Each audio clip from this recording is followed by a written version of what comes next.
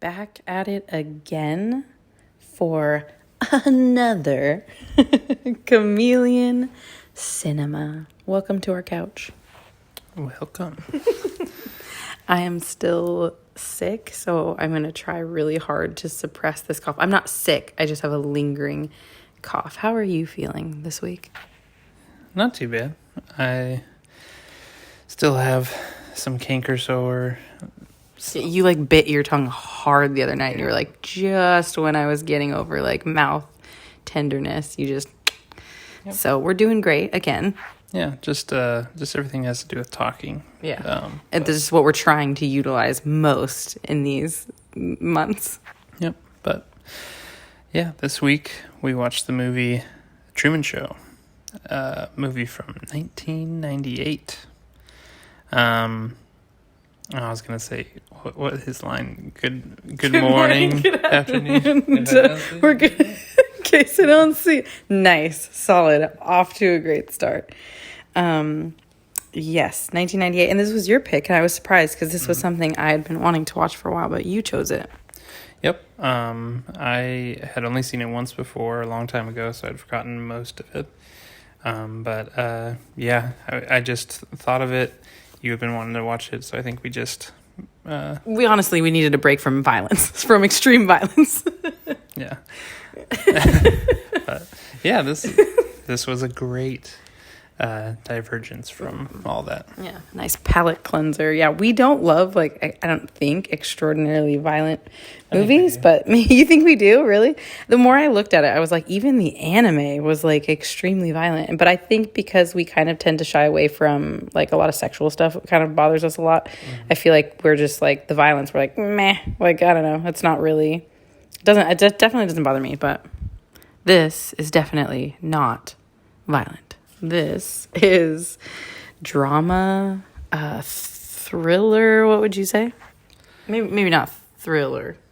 Yeah, just drama. It's a drama for sure, but there's a little comedy sprinkled in. I believe this is the beginning, dipping the toes in the water of I don't want to say America's palate, but the world's palate for dark comedy, dark humor. Mm-hmm. It's definitely in that mix, yeah.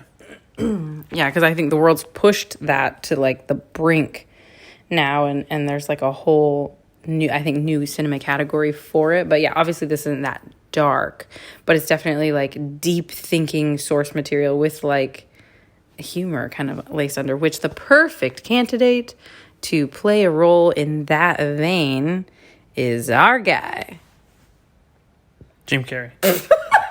I don't know why my brain just disappeared. Yeah, Jim Carrey, and man, he was so great.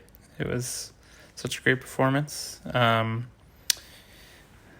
he just was such a believable character, believable lead. Again, we talked about it in one of our other podcasts that it's just a world that you get sucked into and you believe it, and he, as a character, you're just you believe that he's Truman. He's this kid that grew up in this world, and I don't know, he just does such a great job. Yeah, we're definitely a Jim Carrey household. I am pretty sure my brother's first couple of phrases as a child was "smoking" and "somebody stop me." And I think those are from Pet Detective and The Mask. And then as I got older, I got into Eternal Sunshine of a Spotless Mind, and he is just crazy diverse, in his ability to do serious, endearing. Oh, and Yes Man is one of my favorite movies, and that's a rom-com. So brilliant acting by him, and like Chris said, it's believable. The world just sucks you in, and yeah, it just has that element of believability. What else do we want to talk about? Well, I think overall, like we said, it's a believable world. There's, a lot of crisp and clean visuals. It's definitely, classic 90s set. but there is some CG in there, and it's not great, but it is brief, and so it saves to it. their credit. Yes, it saves itself because of the brevity. But I would say the other thing with this world is its layers. I want to say meta layers, but it's layers. It just has his world that he believes. Then there's the world that is built around him, which is like the crew, the guy who invented this, I guess, and then there's the world outside that. Yeah, it's definitely, I like the way that it starts out, like not presenting itself as a real movie in the sense of like giving the actors their credit. It's like starring Truman, starring whatever, and it's like the Truman Show, so it's introducing the show as the show that you're watching, which is, it's just, I don't know if that makes sense, but yeah, they just show and reveal the movie like you're really tuning in to watch what they're presenting as reality. So it's a trip. It's just a real trip. It got me when I was younger. I legitimately began to like believe, like, what if like there were cameras? What if people around, what if everyone in my life was fake? What if they knew the things that I said or did in my private moments? And that's a really terrifying, invasive thought. And excuse me, I'm so sorry. I remember we had this big, large mirror in our old house in the bathroom, and it was like from like probably like the neck up or like waist up if you were standing. But every time I would go to the bathroom, like you're kind of staring at your own face, and I would just imagine somebody on the other side of that. So when I was going to the bathroom, sometimes I'd try to like just control my facial expressions so that I wasn't like straining too hard, or like what if people were seeing me in this moment? Like it was that intense to see as a kid. Like it's a crazy idea for a movie. Yeah, it definitely, I feel like it's in the same vein as, like, is it 1984? The Big Brother and, like... Orson Welles. Yeah, it definitely is in that vein of, like, what if you're not as safe, or the world, pretty much the world that you believe is not the true reality. So kind of like Matrix and, like... Inception, all these things that give you a different reality presented to you, but like if you mess with it, shift it, change it, like it kind of bites back or turns on you, or can like you suddenly realize you're not the puppeteer of your own life. Like it's really or just all that you believed is shattered. Like so many truths that you undeniably believe is just gone. And what the drama ensues, like what would you do? And that's the beauty of this movie. That's him unraveling all the pieces, testing the limits, and the comedy of that, of trying to fake people out, trying to what would happen if I do this, kind of thing, which creates that funny haha, but you're also like, but you want him to figure it out, you want him to see the signs, you want him to know, because this is wrong, this is it's just not right, and it's not true, which is crazy. You would tell me if you were playing a role in my life, right? It depends on how much I'm getting paid. That's so rude. But anyways, the other things that we liked were the lines, "We accept the reality of the world with which we are presented," which I think that's deep. Good job, writer, whoever that was, because it's so true when we are presented. I mean, even they've done like, crazy, probably horrible experiments where you present a child with a certain world, and like that is what they believe for such a long time. We can be so convinced if powers that be choose to convince us.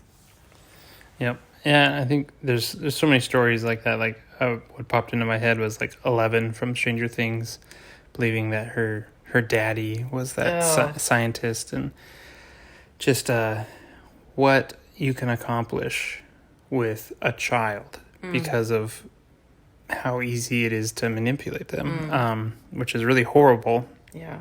But it leads to interesting storytelling because, you have this formable person, if that's a word, formable, that you can pretty much, no one would believe that. Well, if they were since childhood, then they would, kind of thing. Yeah, that's kind of, as parents now, whenever we see trauma, manipulation of children, abuse of children, like it just strikes us so much more. So for me, watching that storm scene as an adult, as a parent now, not just a kid watching a movie that's like, oh, okay, this is an interesting scene. As a parent, you're like, oh, they are intentionally inflicting trauma on this man for their benefit and gain. Yep. And I thought it was cool as like an adult now with an adult perspective to see how it seemed to kind of, and I don't even know if they tried intentionally to play into this, but stunted his growth as an adult. Like he seemed a bit like a man-child. Like he was playful in the mirror, which there's nothing wrong with that. But then like when he was doing the lawn, he looked goofy and skilled. And like, even she's like, you missed a spot. And like the way he kind of like wibbly wobbly, like, goes back over it, like it just doesn't seem like fully developed, I guess. And then he has his little corner downstairs with his little memorabilia. It almost looks like a kid's little fort in the basement, not like a man cave, but like a little fort with a little cot and like a little box of like little toys and treasures. Yeah, it was just interesting to kind of see that and be like, man, they like did this. And I don't know if they were just trying to be cute with like the kind of like 1950s aesthetic, or if that, to me, it resonated as like real trauma. Yeah. I think it had to be intentional because nobody else in the outer world had that vibe. No, yeah, it was, I think, I'm sure they had psychologists and like professionals like give them insight because, I mean, in developing the character. Yeah, well, and just the writing and everything, like what would happen if we traumatized a kid, and like they're like, well, this might happen, like any good director or writer, they did their research, I think. Yeah, I mean, that goes to just for us to point out that we don't do much research in our, so we don't actually know that. And we just want to always throw that back out there. This is just us watching a movie and giving you our take, just hot off the press, just no real back information. Sometimes after we watch it, like because of this, we look up a couple things. But my favorite, like trying to traumatize him, was the teacher. He's like, I want to be an explorer. And she's like, well, you're too late. Pulls down a map. The world's been discovered. Everything's been discovered. Every corner, yeah. And what a thing to say to a child. Yeah. Well, again, it's just crazy. Like, if everybody, like, they're like, the only way you could get away with this is if everyone was in on it, and everyone was. Because, yeah, if it was a room full of kids, they'd be like, wait, no, I wanna, but it's just him and just having to accept, oh, okay. Or I want to go to Fiji, Why? Yeah. Why would you ever want to leave this beautiful place? Look at that sunset. It's perfect. Oh, yeah. And like the radio's telling you, like, don't leave. And like even the travel agency was like, this could happen to you. It has like a airplane getting struck by lightning. Like, it's just crazy. The lengths that they went to manipulate a man. And it's just crazy. And then I think we just want to talk about like a little bit of the signs, like the signs that were illuminating him, like the light that fell. Oh, yeah. I just thought it was cool how they kind of showed, again, some of the meta-ness, but of the production throughout it, where if you know anything about movies, you would recognize, an old light that falls right at the beginning and almost like kills him, and it falls off set, or could have killed him. He tries to go up an elevator that they didn't expect, and it's like a green room kind of where people are breaking and It's like craft services right yeah, there. and like people were passing by, and he's like, he can see that it doesn't match the rest of the building, and When he catches the frequencies.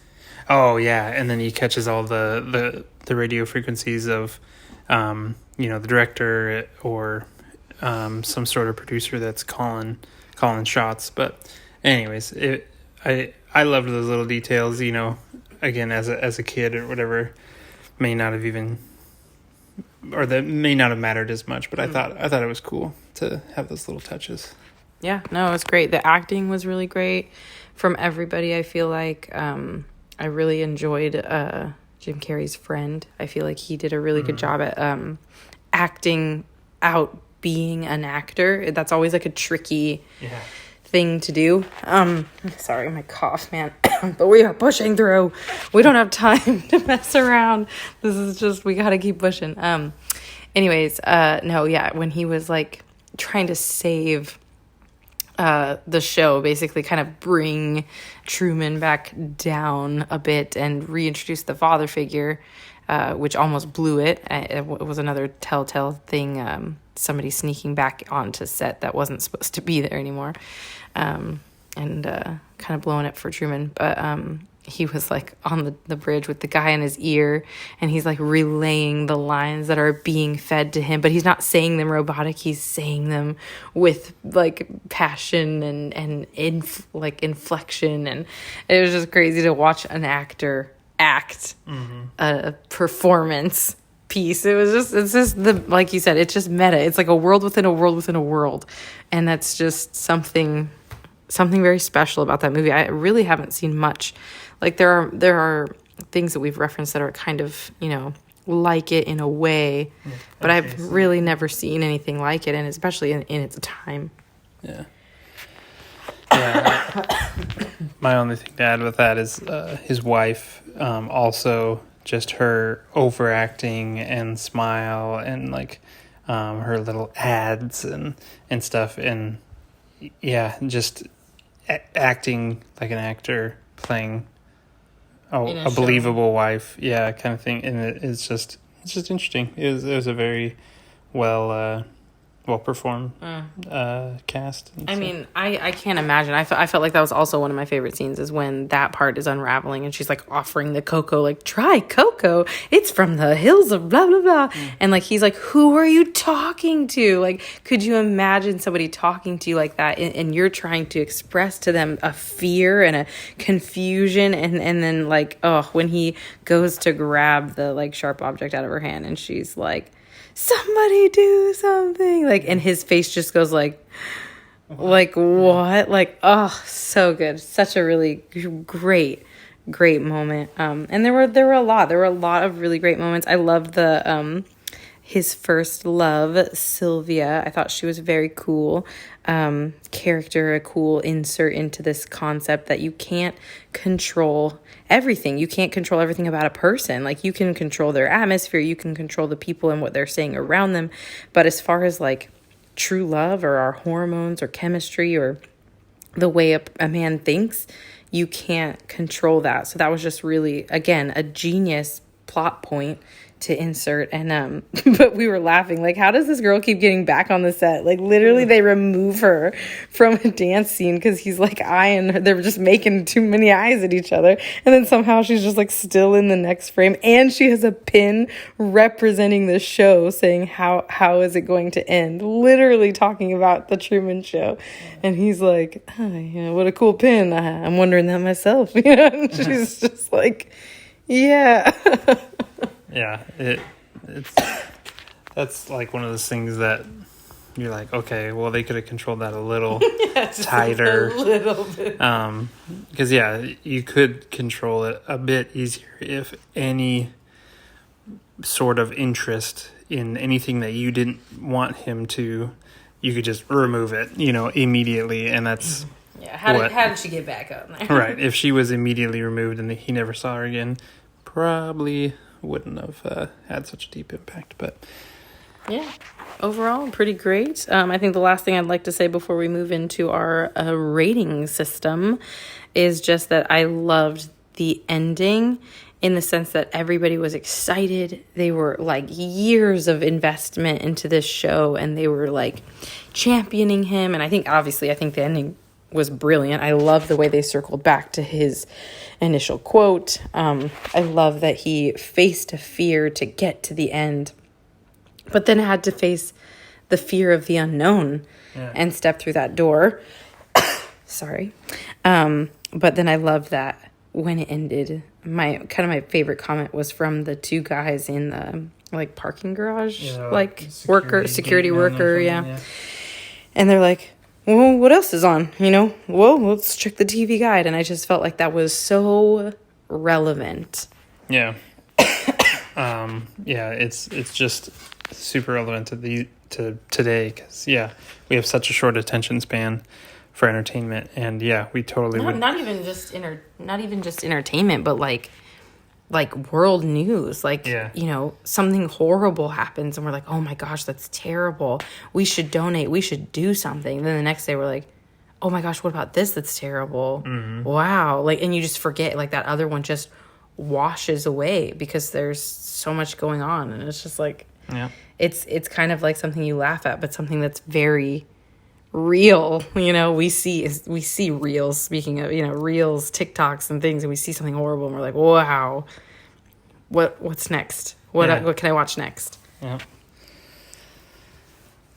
But so you want me to explain the scoring system? Yes. So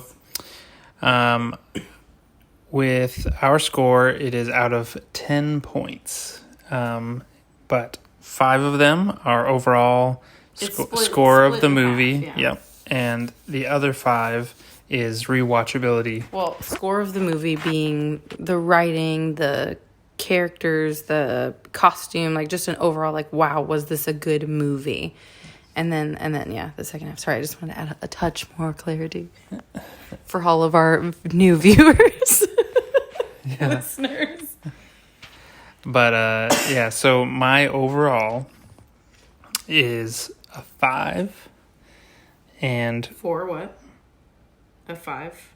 My overall of the movie, is 5. Okay. And the rewatchability, I would say, is 4. What? What does that make it? That makes it a 9. So a 9 total. I do love your rating system. I love the rewatchability aspect because a movie could be so great, like some of the ones that we watch, like Mad Max. Whoa, I even think I wanted to adjust my rating on that, but now I forget. So, oh well. But just the rewatchability, we watched with Chris's family, 12 Years a Slave. We were like, oh, this won awards. Let's watch this as a family. Dramatic. A very good movie, but oh my gosh, just so heavy. And that was the intention. That's what they wanted to get across to you, that these were horrible things that happened, that kind of they just wanted to hit you in the face with it, and they did. And so it's that's great. It's a great movie.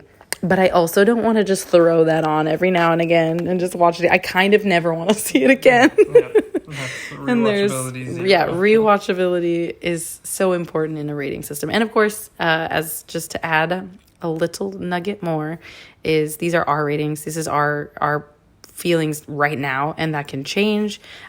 Always do your research. Never just take our word for it. Everybody has different things that they like to see and watch, different levels of things that they can handle or don't care to handle. So please do your due diligence in maybe some of the other recommendations. The Truman Show, you're probably not going to get scarred too bad, but you never know. Maybe you don't like that meta talk. Now for my rating, I'm going to say same. Same? Yep, ditto. That's it. Yeah, I totally agree. I feel like I would watch it again and again and enjoy little details, little face acting and expression. And there's just so many little nuggets and treats that you could just find in that movie, which is crazy. And then as far as the movie itself, I really, other than the CG a touch, so maybe I would do 4.4. So I'm going to do an 8. It just doesn't feel right to give it an 8. To me, it's so minimal that to me it doesn't take away from the movie. Yeah, I'm going to stick with it. I'm going to go with you. We're going to go 9 for the Truman Show. I'm going to say just Oh, the 9 out of 10, almost perfect. Yeah, I agree. And now you should check all your friends, test them, and definitely see if the simulation you're living in is real. And we'll talk to you later on the next one. It'll be my pick. Yep. We'll talk to you next time. Catch it. We don't know how to sign off, so we're just gonna end it. Bye. Bye.